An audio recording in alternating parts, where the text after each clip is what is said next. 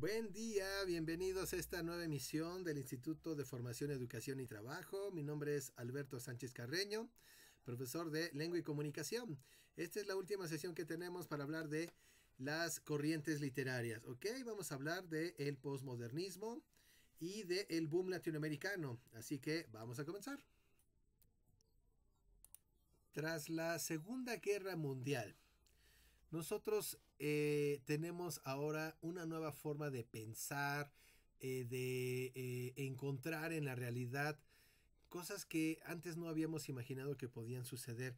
Y eso empieza a traducirse en expresiones a través de la literatura. Ahora, las formas correctas, las formas estilísticas, que en algún momento dado, que en algún tiempo determinado fueron muy populares, como es el caso del modernismo de finales del siglo XIX, ahora eso es muy criticado. Ahora se busca la improvisación, se buscan nuevas formas estilísticas, se busca expresar con cuestiones mucho más elaboradas y complejas. Hay una crítica y hasta una negación del modernismo cuando se habla de literatura posmoderna. El posmodernismo se enfoca muchísimo en una crítica hacia esas formas estilísticas del modernismo que años antes fueron tan importantes. Entonces, es importante ubicar que en el siglo XX el posmodernismo tuvo algunas cuestiones muy importantes. Estamos hablando, por supuesto, de eh, eh, eh, nuevas formas como el teatro de lo absurdo, nuevas formas como el realismo mágico y nuevas formas como es el caso de la nueva novela, ¿no? Ahora se tiene, por ejemplo, la novela corta. Aura es un ejemplo muy claro de ello, ¿no? El Principito. No, la novela tiene como característica, ya lo habíamos visto, que es sumamente extensa. Bueno, ahora se puede hacer una novela corta que sin embargo tenga toda la complejidad de una novela, ¿no? Muchos personajes, líneas argumentales, características, etcétera. En el caso del realismo mágico, que es algo que prevaleció en Latinoamérica y que tuvo muchísimo éxito, tenemos grandes obras literarias, por supuesto, como Cien años de soledad, ¿no? Por ejemplo, o el mismo Aura de Carlos Fuentes, que nos dejan entrever una realidad pero con elementos que trascienden la realidad, casi como en el surrealismo, pero no es surrealismo, sino que simplemente añaden elementos sobrenaturales o fantásticos dentro de la realidad. Ese es el realismo mágico, cuestiones mágicas, cuestiones místicas, que se viven como si fuera la realidad tal cual, sin sorpresas, sin admiraciones.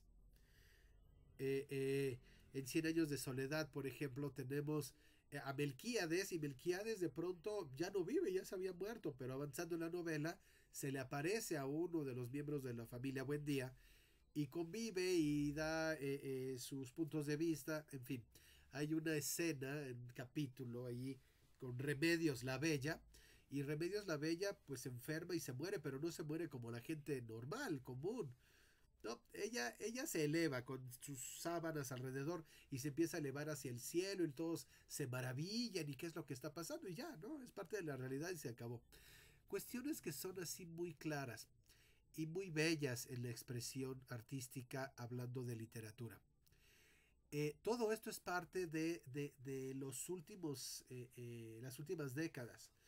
Entonces hemos tenido grandes escritores. Desde todo el siglo XX, por supuesto. Pero hubo una época en específico, que hablo de los años 60 del siglo pasado, 1960, 61, 62, así, en la cual hubo una gran aparición de escritores y de obras literarias sensacionales. Antes de ello, como que no destacaban, como que en Europa, en otras partes del mundo, decían, bueno, pues sí, pero no son los grandes escritores, ¿no? No hay nada como no hay como una propuesta diferente.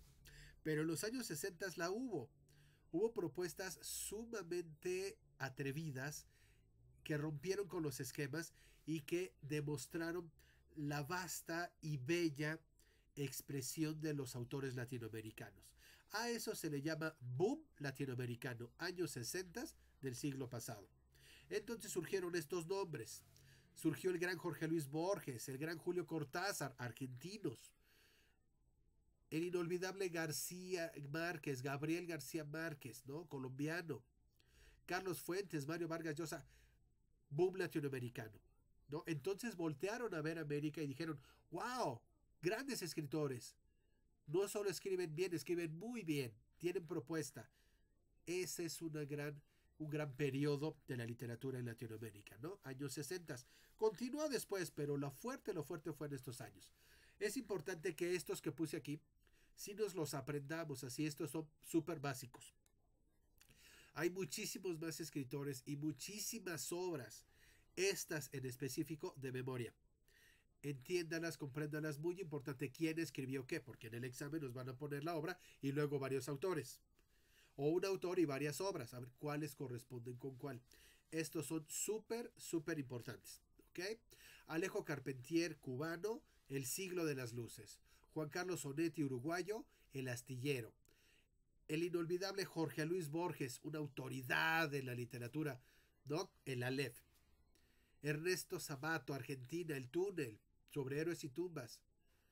México tuvo un gran exponente que fue el señor Juan Rulfo, que escribió Pedro Páramo y El llano en llamas, y a nivel internacional fue sumamente reconocido. ¿O quién no puede hablar de Julio Cortázar?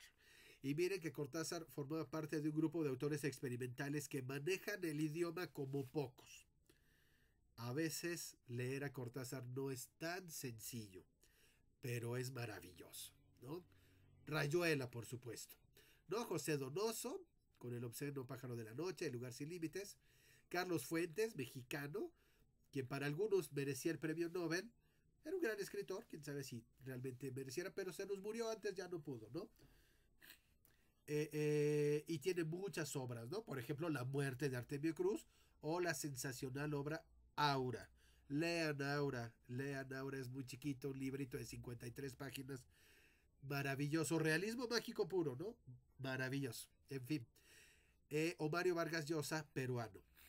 Muchos de estos personajes, muchos de estos escritores fueron galardonados con premios en muchas partes del mundo, de instituciones, de fundaciones, de universidades, etcétera, ampliamente reconocidos. Pero el más importante reconocimiento que se le otorga a un escritor a nivel internacional es el Premio Nobel de Literatura, que se le otorgan a una persona por alguna obra o por su trayectoria como escritor, o por ambas. ¿Quiénes han ganado el Premio Nobel? Cada año se le otorga a alguien diferente, sí, pero y de Latinoamérica, que son los que nos van a preguntar, son muy pocos. Los contamos con los dedos de las manos. Así que va a ser fácil que nos los aprendamos. Aquí los tenemos. Premios Nobel de Literatura latinoamericanos. La primera fue Lucila Godoy. Ese era su verdadero nombre. Ella se hacía llamar Gabriela Mistral, chilena. Vivió en México mucho tiempo, me parece que se nacionalizó. Ella recibió el premio Nobel en 1945. Una de sus obras más notables es Sonetos de la Muerte. Primera y única escritora latinoamericana en ganar el premio Nobel, ¿no? Fue la primera, 1945, chilena. Miguel Ángel Asturias, de Guatemala, ¿no? Señor presidente, hombres de maíz. Pablo Neruda, el inolvidable y el más grande poeta chileno que ha existido. Pablo Neruda, ¿no? La obra más importante de Neruda es un título grandísimo que dice 20 poemas de amor y una canción desesperada. También escribió Confieso que he vivido, Residencia en la tierra, etc. Los poemas de Neruda son de verdad grandiosos. Él recibió el premio Nobel en 1971.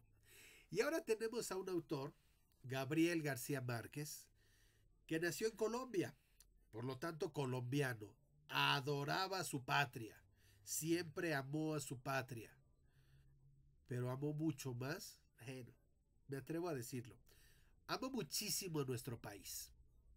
La verdad es que Gabriel García Márquez era más mexicano que el Chile. Gabriel García Márquez vivió en México gran parte de su vida, murió en México. En México escribió Cien años de soledad, obra por la cual fue merecedor al Premio Nobel de Literatura hasta 1982 y por su trayectoria.